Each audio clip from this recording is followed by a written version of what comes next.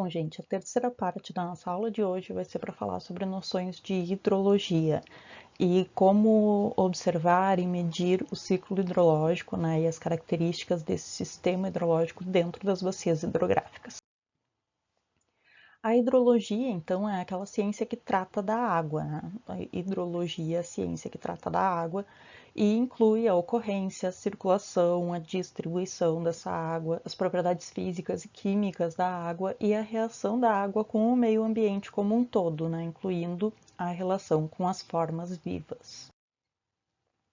E a ciência da hidrologia, ela evoluiu em grande parte em função da dependência que nós temos da água, né, e da necessidade cada vez mais frequente de gerenciar este recurso, né, pela observação do aumento da demanda pela água, da ocupação inadequada afetando este recurso, da degradação ambiental das águas.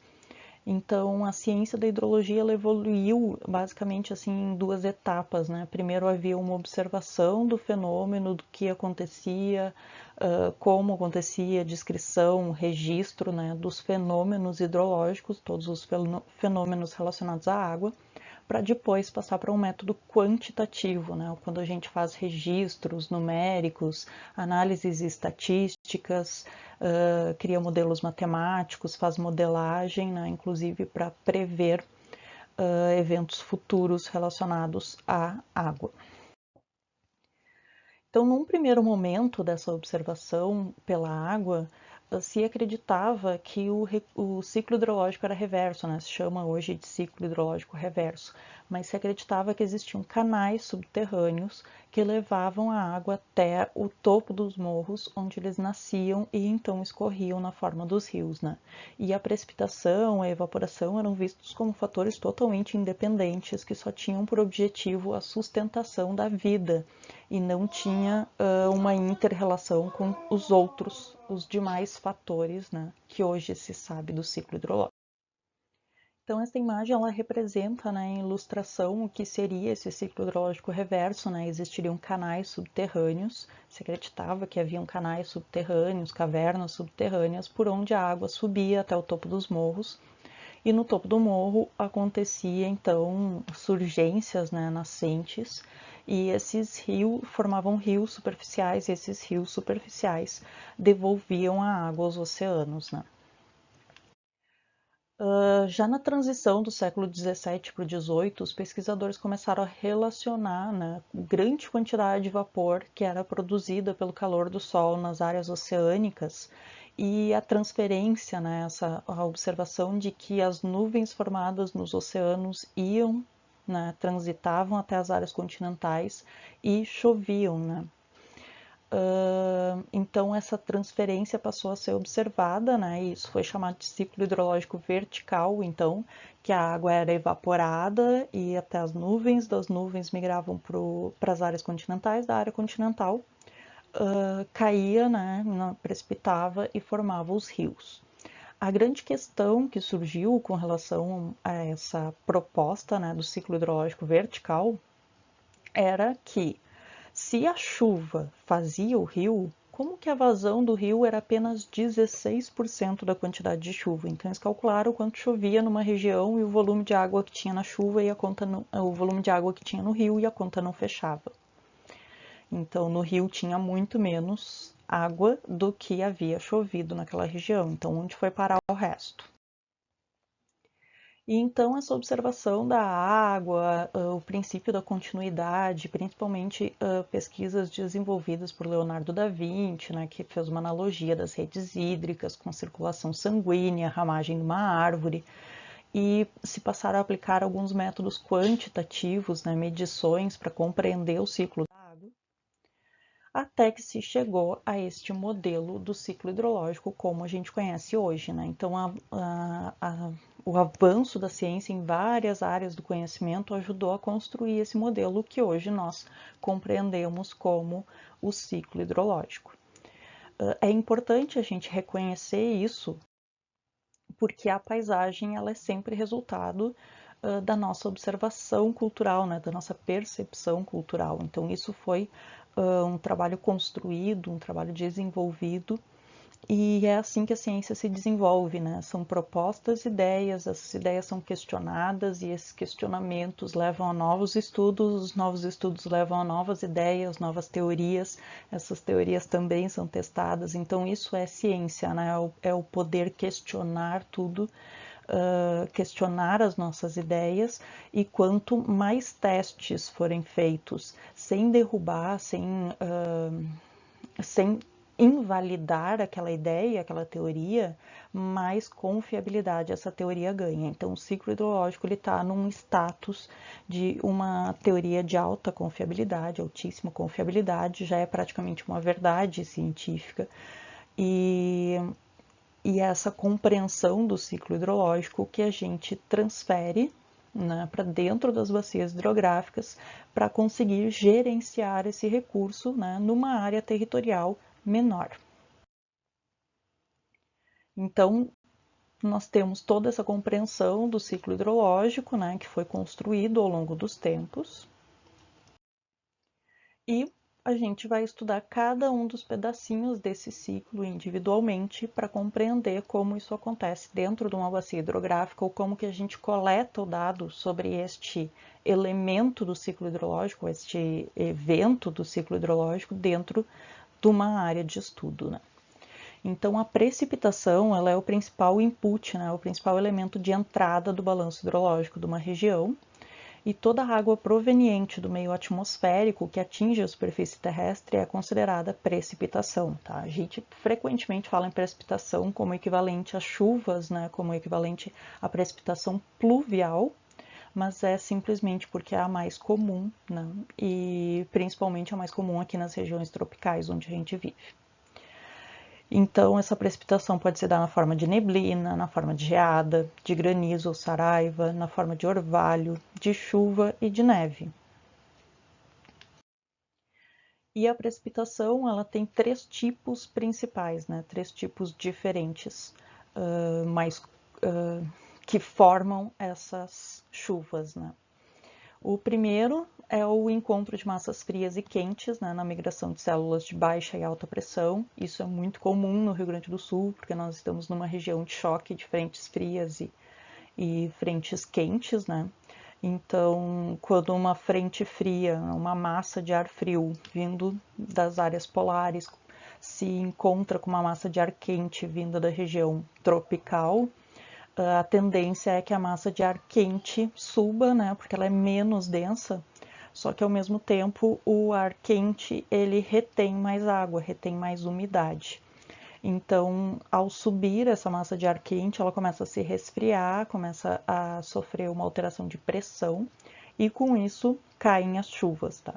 Em geral, esse tipo, né, esse encontro de massas, ele cobre extensas áreas, possui uma média longa duração, né, de chuvas, a intensidade baixa moderada e é bastante comum aqui na região, né? Então são essas chuvas de maior duração.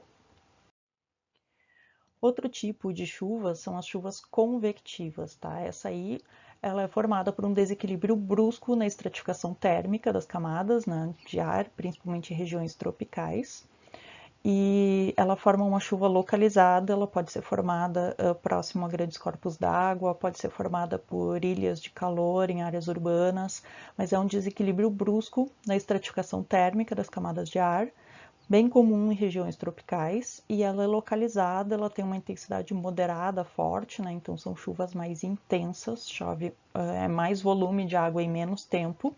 Elas são de curta duração e frequentemente ocorrem no final da tarde ou início da noite, porque durante o dia a incidência solar vai evaporando água disponível naquela região, e aí no início da tarde, no final da tarde, início da noite, há aquele momento de saturação e cai aquela chuva brusca, né? Então é bem típico daquelas chuvas de verão, aquelas chuvas de fim de tarde, quem está acostumado a ver as chuvas de fim de tarde na praia, né? Às vezes tem grupos na praia que dizem, vamos se encontrar depois da chuva, lá na sorveteria ou lá no calçadão, né?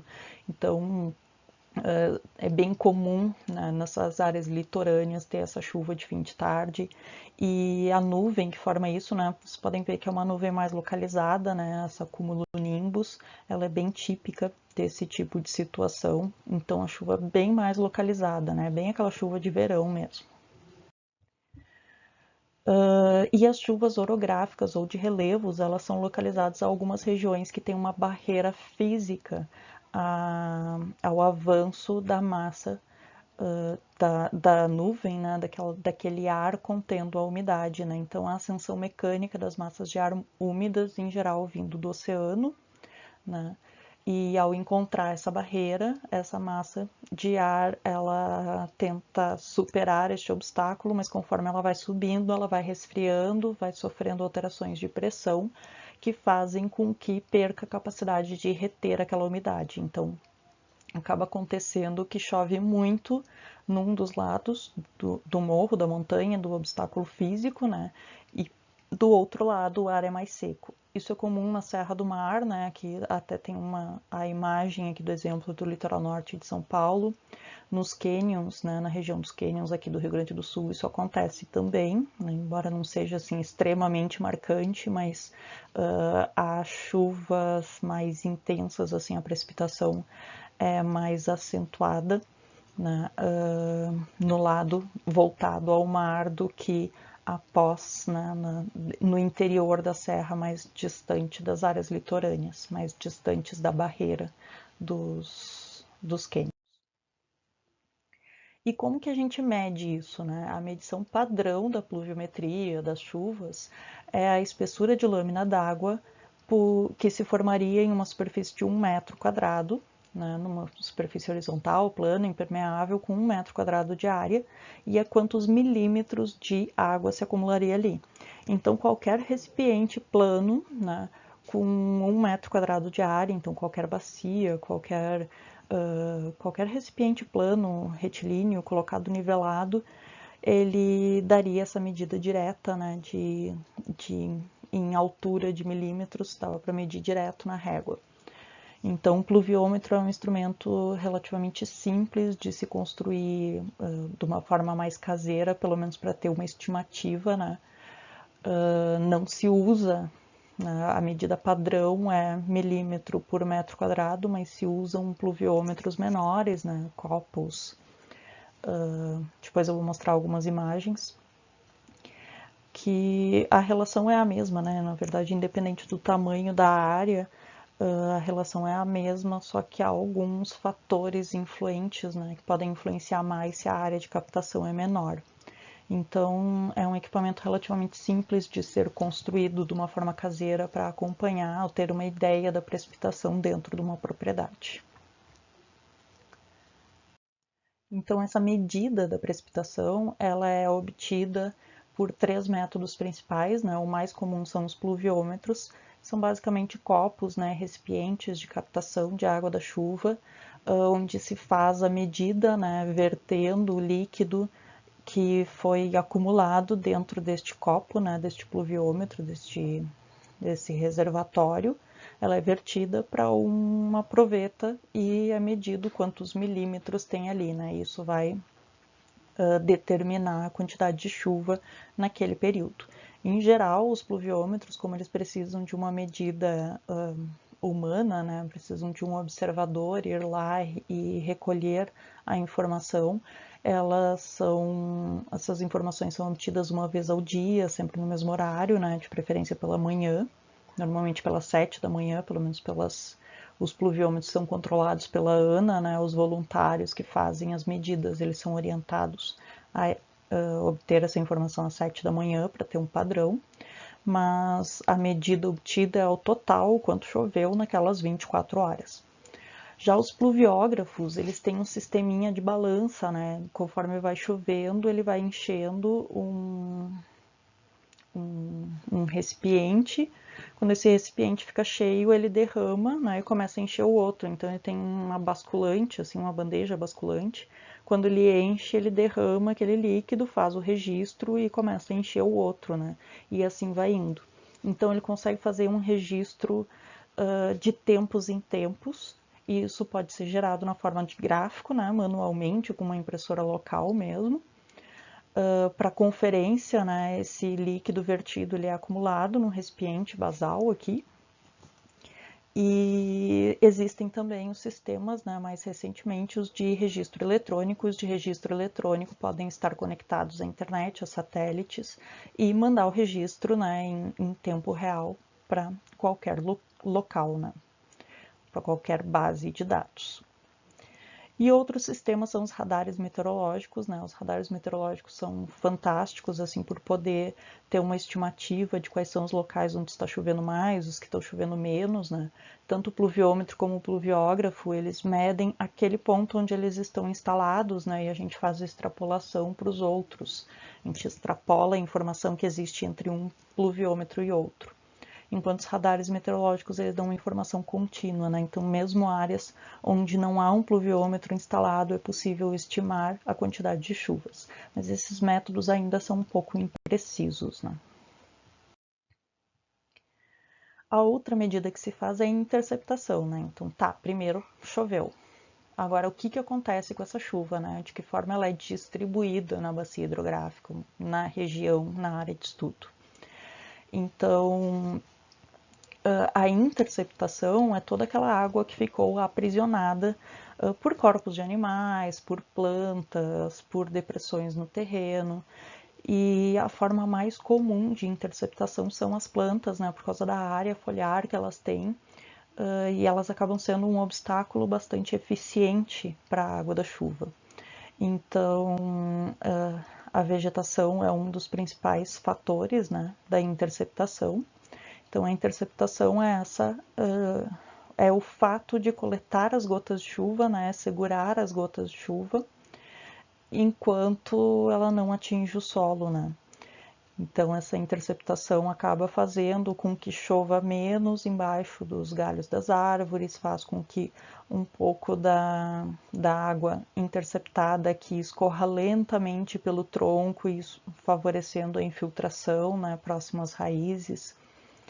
E esse volume retido, né, que é segurado pelas folhas, ele vai vai pingando lentamente no solo, facilitando a infiltração também, ou ele vai ser evaporado e vai manter, né, regular o ciclo hidrológico dentro daquela região, dentro daquela área de estudo, pela formação de novas nuvens. Então, a interceptação ela pode ser vegetal, que vai depender das características da precipitação, ou seja, se chover muito em pouco tempo, a interceptação não é muito eficiente, né? A tendência é que, se a chuva for muito forte, né, as folhas não conseguem reter, elas não são tão eficientes em reter. Se chover um pouco e parar, boa parte dessa chuva vai ficar retida nas plantas, né? Tanto que às vezes chove um pouco e vocês olham embaixo da árvore e ainda o solo está seco, né? Se tem muito vento, também intercepta pouco. Se são plantas com poucas folhas, então tem diversas características que podem influenciar, né, nessa capacidade de reter a água da chuva.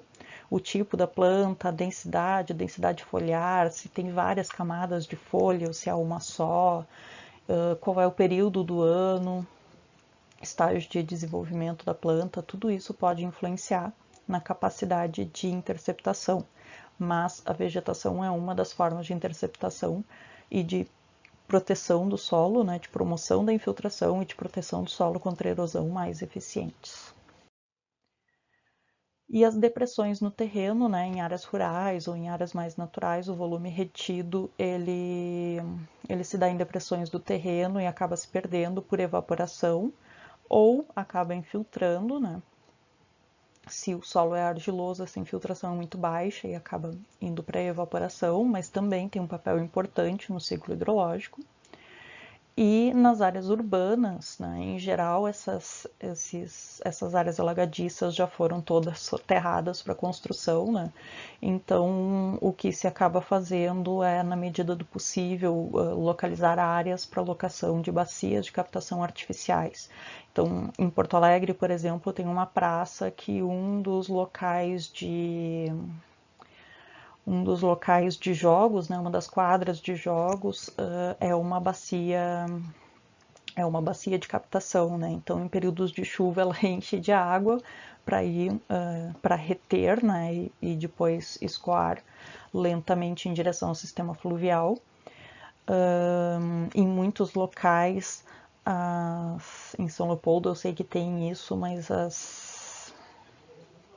as rotatórias, os acessos, as vias de acesso, viadutos, coisas assim, tem bacias de captação nessas áreas curvas, né? Em Esteio tem, em São Leopoldo tem, então, em geral, ali são locais onde também eles acabam criando, né, locais de captação artificiais, porque não atrapalham o desenvolvimento urbano e reduzem um pouco esses efeitos, né, de perda do fator interceptação nos espaços urbanos.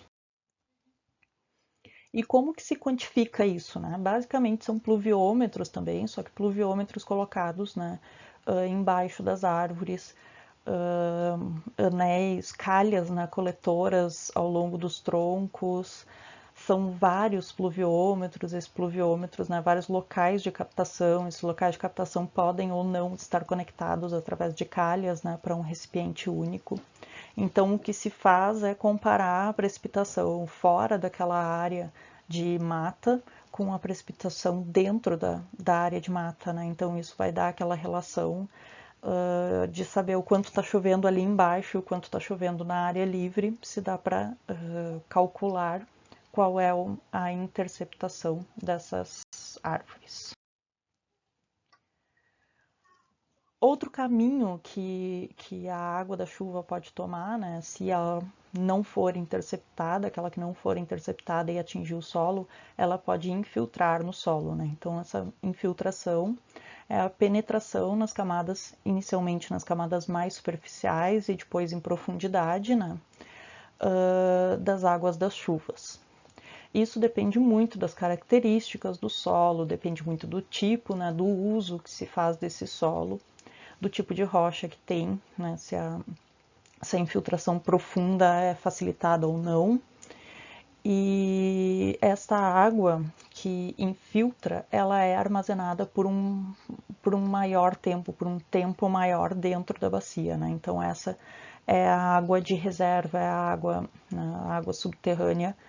A água que fica dentro do solo é aquela água de maior tempo de residência dentro da bacia. Então, ela pode ser usada pelas plantas depois do período de chuva e ela pode, inclusive, alimentar os rios depois, né, do período, depois do período mais chuvoso, né, no período de estiagem maior e tudo mais. E essa capacidade de infiltração, né, a quantidade máxima de água que um solo pode absorver, ele varia muito, tá, em função de características do solo. Então, por exemplo, um solo arenoso, rico em cascalho, um solo mais poroso, ele tem uma capacidade de infiltração maior, ou seja, mais água vai conseguir penetrar no solo e ser reservada. Um solo argiloso, rico em colóides, ele tem uma capacidade de infiltração baixa, então a água não vai conseguir infiltrar e vai tender a escoar superficialmente, né? E além disso, tem um limite de tempo aqui, né? Num primeiro momento, praticamente toda gota que cai é absorvida pelo solo, né? Se o solo está seco, assim, chega a dar aquele cheirinho de chuva, né? Toda gota que cai, ela é absorvida pelo solo, ela infiltra no solo. Mas essa capacidade de infiltração, né, conforme vai chovendo, a partir do momento que molha o solo, né, que satura o solo, aí começa a entrar em jogo esses fatores, né, começa a pesar mais esses fatores das características do solo. Então, num primeiro momento, a água infiltra, né, mas após um certo limite de tempo, essa água começa a escoar, né, a partir do momento que saturou o solo, essa água começa a escoar. Se o solo é argiloso, escoa muito mais água, porque num solo argiloso a infiltração demora muito mais tempo, né? A água não consegue transitar livremente pela camada de argila. Agora, se o solo é arenoso, que a água flui mais rapidamente, ela consegue infiltrar e só o que sobra, né? Só aquilo que não conseguiu infiltrar que vai escoar superficialmente, né? Então a lógica é essa, na verdade, o escoamento superficial é o que sobra, é o que não ficou nem na interceptação, nem na infiltração. Então, fatores, assim, se o solo é arenoso, então ele tem uma capacidade de infiltração maior, né? Então, numa mesma quantidade de tempo, a água escorre e entra com mais facilidade do que num solo argiloso, né? E da mesma forma, o solo normal, o solo compactado, né? O solo compactado, ele também tem menos espaço para a água e para o ar transitarem, né? Para ver essas trocas e a água conseguir fluir, né? E penetrar com maior facilidade, assim como, né, características assim de porosidade e permeabilidade da rocha, né? Por exemplo, areia de praia, a água infiltra com muita facilidade, né? Porque são grãos praticamente todos iguais, idênticos, arredondados, tem bastante espaço entre um grão e outro, né, de areia. Agora, em solos como os solos da serra, assim, que tem muita argila, areia, cascalho, tudo misturado, em geral as partículas menores ocupam o espaço entre as partículas maiores e isso acaba deixando menos espaço também para a água e para o ar transitarem nesses espaços. Bom, a quantificação e o monitoramento da infiltração são feitos através de equipamentos chamados infiltrômetros. E existem dois tipos principais. Um é o infiltrômetro de anel, que ele é mais simples, de mais fácil manuseio, mais fácil de levar no campo. São tubos cilíndricos curtos que são soterrados, né, a certa profundidade no solo e são preenchidos com água, então eles são chamados de infiltrômetros por inundação, né? Eles são preenchidos com água e se verifica quanto tempo demora para certo volume de água infiltrar no solo. Tá? Então, se preenche o volume, se espera algum tempo, registra o tempo, qual foi o volume de água infiltrado, se preenche de novo, registra de novo, e isso sucessivamente até estabilizar a infiltração. E o outro tipo é um filtrômetro de aspersão, que é um pouco mais elaborado, um pouco mais desenvolvido, e ele simula a precipitação em uma área do terreno usando gotejadores ou bicos aspersores, né? Então ele tem a vantagem de simular uma situação de chuva real, né? Diferente deste, que é por inundação, né? Como se fosse uma depressão preenchida de água e ver o quanto tempo demora para infiltrar. Ele tem a vantagem também de simular, né, estudar, permite estudos relacionados à erosão. Só que ele tem algumas desvantagens, que como ele é mais robusto, ele não é tão simples de manuseio e ele também exige mais cuidados do pesquisador, porque vários fatores aqui, a pressão da água, o volume, então ele tem a vantagem de simular condições reais, tu pode simular chuvas prolongadas e suaves, pode simular chuvas torrenciais e rápidas, mas também é necessário haver um controle destas variáveis para interpretar corretamente os dados. A evaporação, então, é toda aquela água superficial, a água do solo, a água das plantas, a própria evaporação em função da vida dos animais e das plantas, que são transferidas, né, da forma líquida para a forma de vapor na atmosfera, né? Então, essa neblina, por exemplo, que a gente enxerga principalmente no início da manhã, próximo aos corpos d'água, está relacionado a esse processo de evaporação. E as formas de medição dessa evaporação, né, tem dois métodos principais de medição direta da evaporação, que são os evaporímetros, né, o evaporímetro de tanque, que é essa situação aqui, né? Então, numa estação meteorológica gramada, controlada, tem um tanque preenchido de água e vou fazendo medições de qual foi, né, o volume deste, assim como a gente mede milímetros de chuva, né, quantos milímetros de água evaporou deste tanque, né, um tanque grande, e ele deve estar sempre preenchido aproximadamente até a borda e acompanhar essas medições para verificar qual é a taxa de evaporação na região. E equipamento menos robusto, assim, de menor dimensão, mais portátil, que é mais fácil de instalar em menores áreas. Um exemplo é o atmômetro, tá? Existem alguns modelos que são bastante confiáveis, alguns modelos mais antigos dão erros bem grandes, mas são métodos diretos, né, de medição da evaporação. Além disso, tem alguns métodos indiretos de estimativa da evaporação, né, utilizando fórmulas matemáticas de perdas no ciclo. Né? Então, existem fórmulas de estimativa das perdas por evapotranspiração, existem diversos cálculos matemáticos possíveis para estimar a evaporação, a evapotranspiração dentro de uma bacia hidrográfica. Bom, então, de toda a precipitação que cai na bacia, há inúmeros caminhos que essa água pode percorrer. Né? Ela pode ser interceptada pelas plantas, pelos animais, pelas depressões no terreno, ela pode evaporar novamente, voltar à atmosfera, ela pode infiltrar e caso ela não pegue nenhum desses caminhos, né, o que sobra, a água que sobra de todas essas opções vai para o escoamento superficial. Então, o escoamento superficial é literalmente isso, né, a água que sobrou após todas as possibilidades esgotadas. Tá? Então, é o deslocamento das águas na superfície terrestre após o solo atingir a sua capacidade de infiltração. Ou seja, de todas aquelas opções, a água que efetivamente atingiu o solo inicialmente vai ser completamente absorvida, né, pela superfície do solo, vai infiltrar, né, nessas camadas superficiais do solo.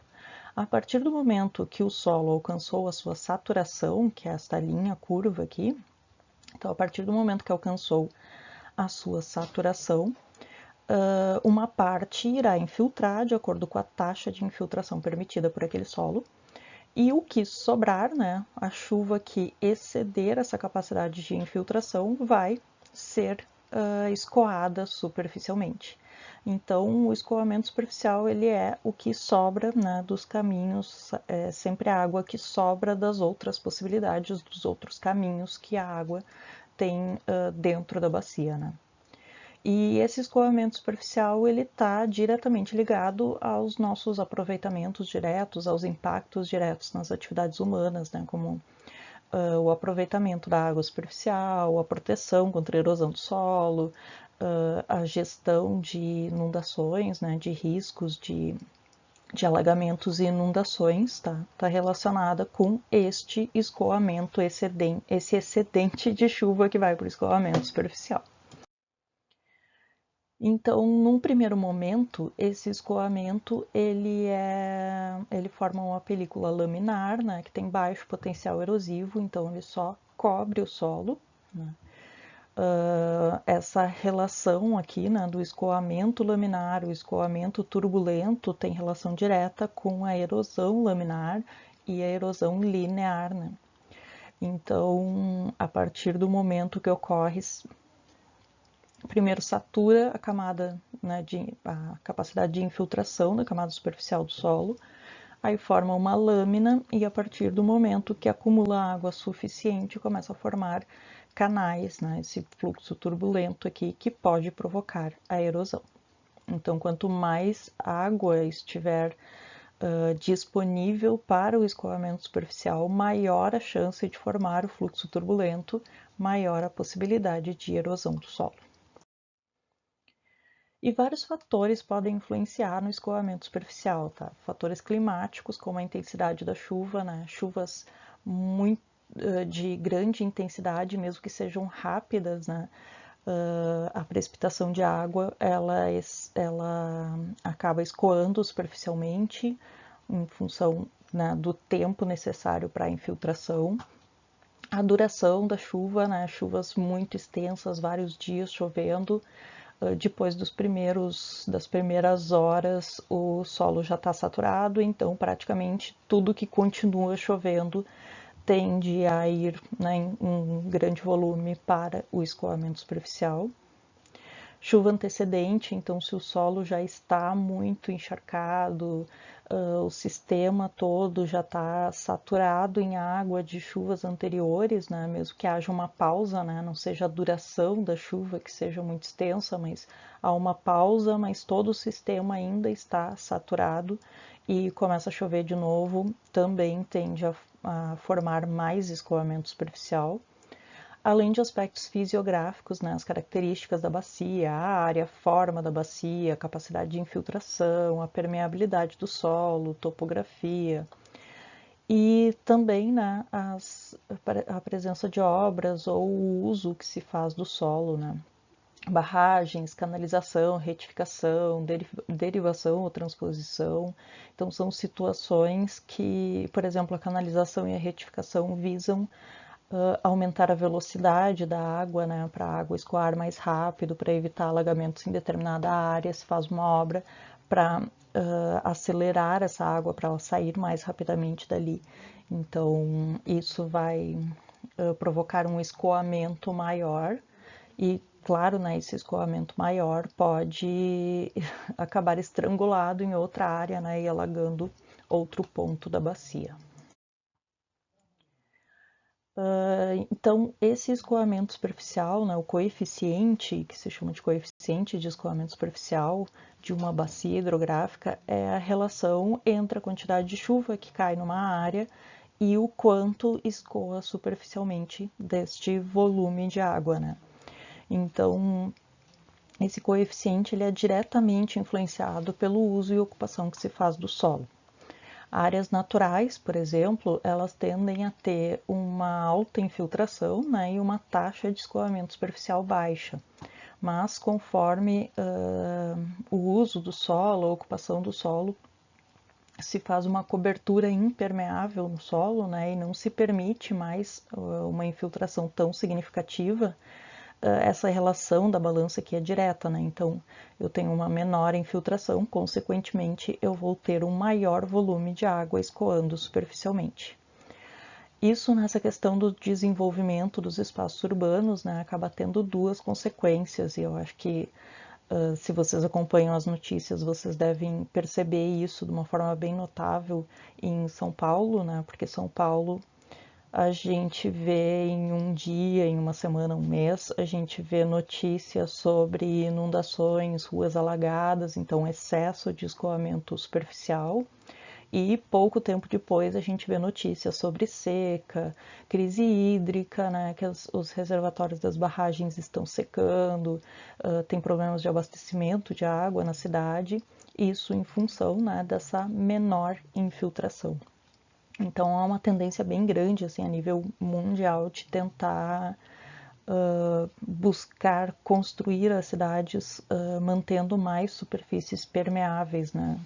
Tem várias tecnologias sendo desenvolvidas para isso, telhados verdes, asfaltos porosos e diversas técnicas para tentar promover a infiltração apesar do espaço construído.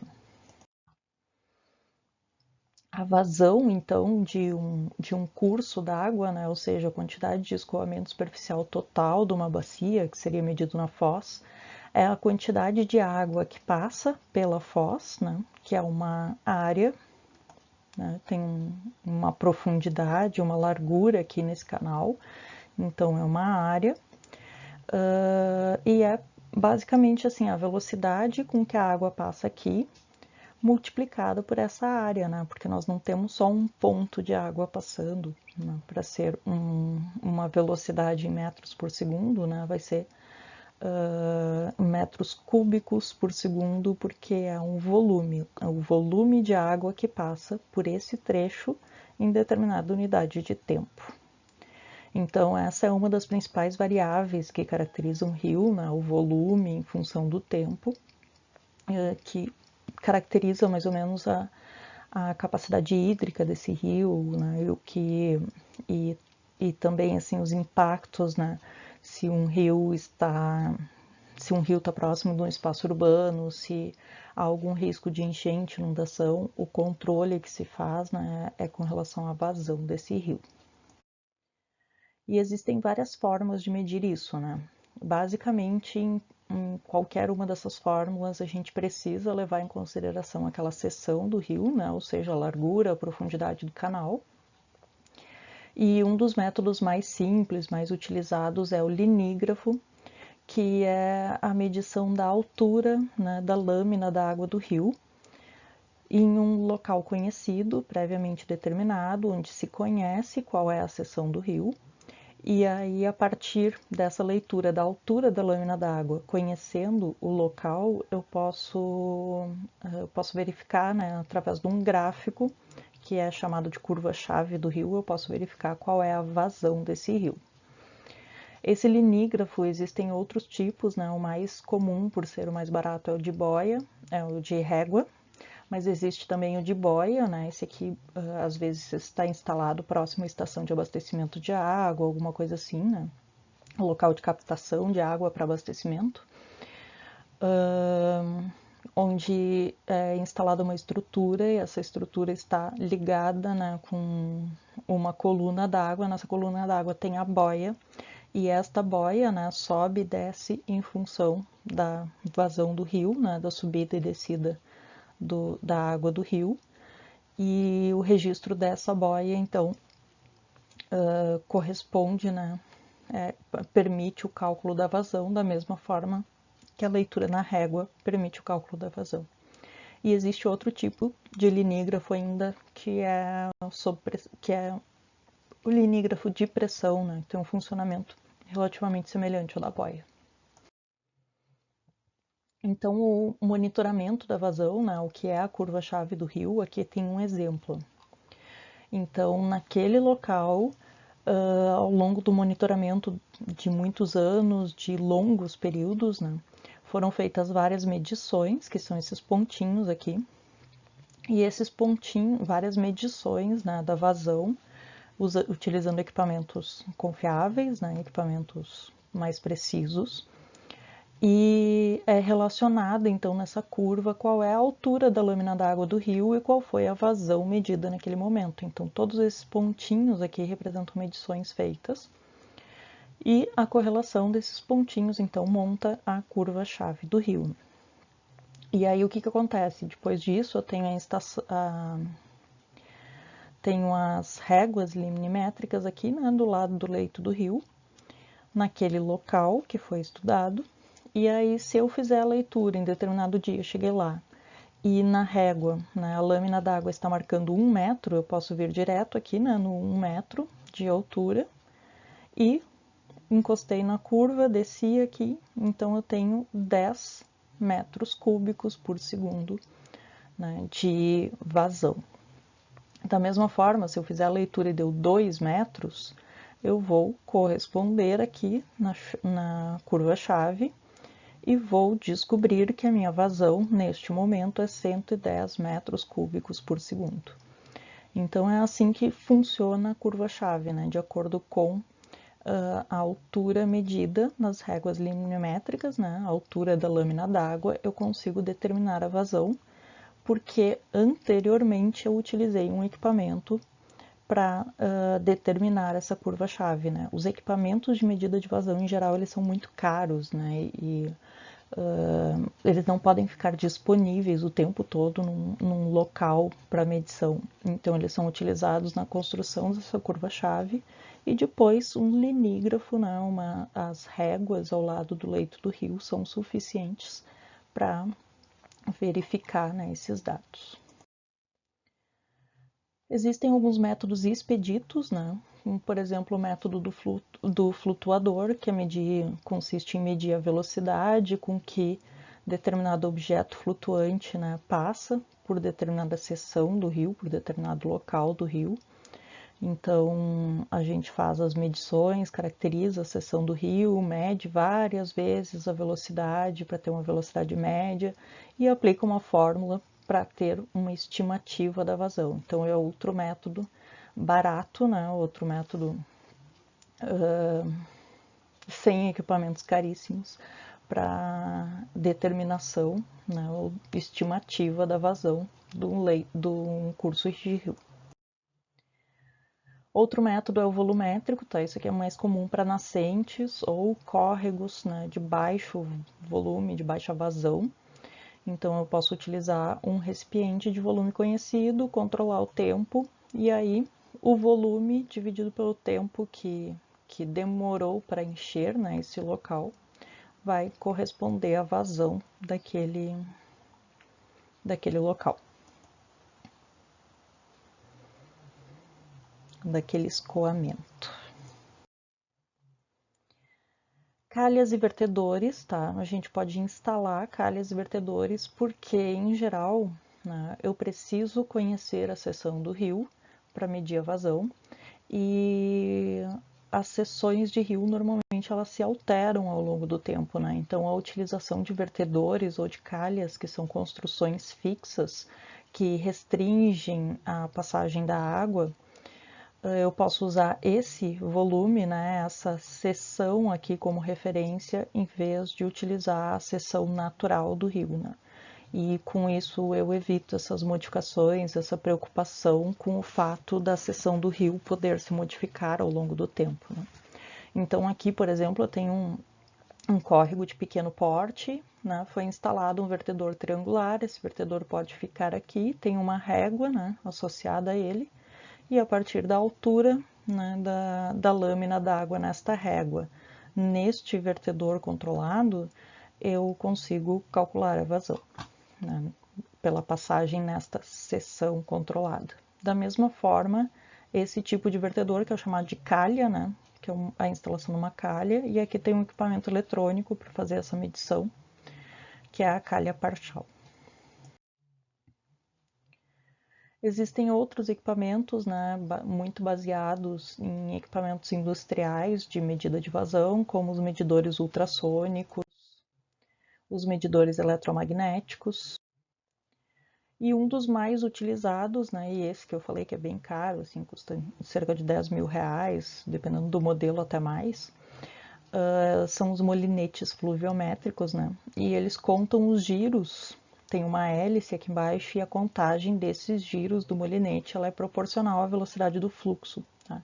Então, esta relação aqui, ela permite o cálculo da vazão de uma forma relativamente rápida, fácil, e a única questão é que continua tendo, né, a questão da seção do rio, né, então eu preciso tirar várias medidas e pela média das medidas eu consigo calcular a vazão, né, pelo método do molinete, que ainda é um método acessível, né, portátil, porque os vertedores, as calhas, por exemplo, também são um método barato, só que eles são fixos, né? Eles são instalados em determinado local e ficam lá durante um longo período. O molinete ele é um equipamento portátil e entre os portáteis ele é o mais acessível, assim, mesmo assim ele é bastante caro. Então a medida do escoamento superficial não é uma coisa assim muito fácil de ser feita. Tá? Por isso, muitas vezes se utiliza o método do hidrograma, tá? Que é o raciocínio inverso. Se pega a quantidade de precipitação que aconteceu na bacia, se reduz assim as estimativas do que infiltrou e do que foi, né, da parte que infiltrou e do total de precipitação para fazer uma estimativa do que sobrou para o escoamento, né, da quantidade de vazão que existe no escoamento. E o método racional é o método mais simples, né, é a aplicação de uma fórmula. Essa fórmula, né, tem um valor fixo aqui, que é uma correção, o coeficiente de escoamento, que depende do tipo de uso do solo, tem valores recomendados, a intensidade da precipitação, ou seja, quanto choveu em milímetros por hora, né? E a área da bacia, tá? Então, esse método de cálculo, né, de estimativa do escoamento, ele é um método bastante razoável, né? Quando a gente tem bacias hidrográficas pequenas, porque daí o erro envolvido é menor, né? E ele resolve um pouco esse problema de dificuldade de medição do escoamento superficial de uma forma direta. Então, gente, a partir daqui, o que a gente pode pensar, né? A principal entrada de água numa bacia é através da precipitação e, a partir da precipitação, existem inúmeros caminhos que esta água pode percorrer aqui dentro, né? Sendo que os principais deles são o escoamento superficial, que direciona para a saída da bacia, a interceptação e evapotranspiração nos processos, né, internos da bacia e a infiltração, o armazenamento de água no subsolo, nos aquíferos, né? Então, conhecendo esses processos, sabendo como medir ou como estimar esses parâmetros, a gente pode fazer estudos de balanço hídrico nas bacias, tá? E isso é o tema do quarto bloco do nosso componente hoje.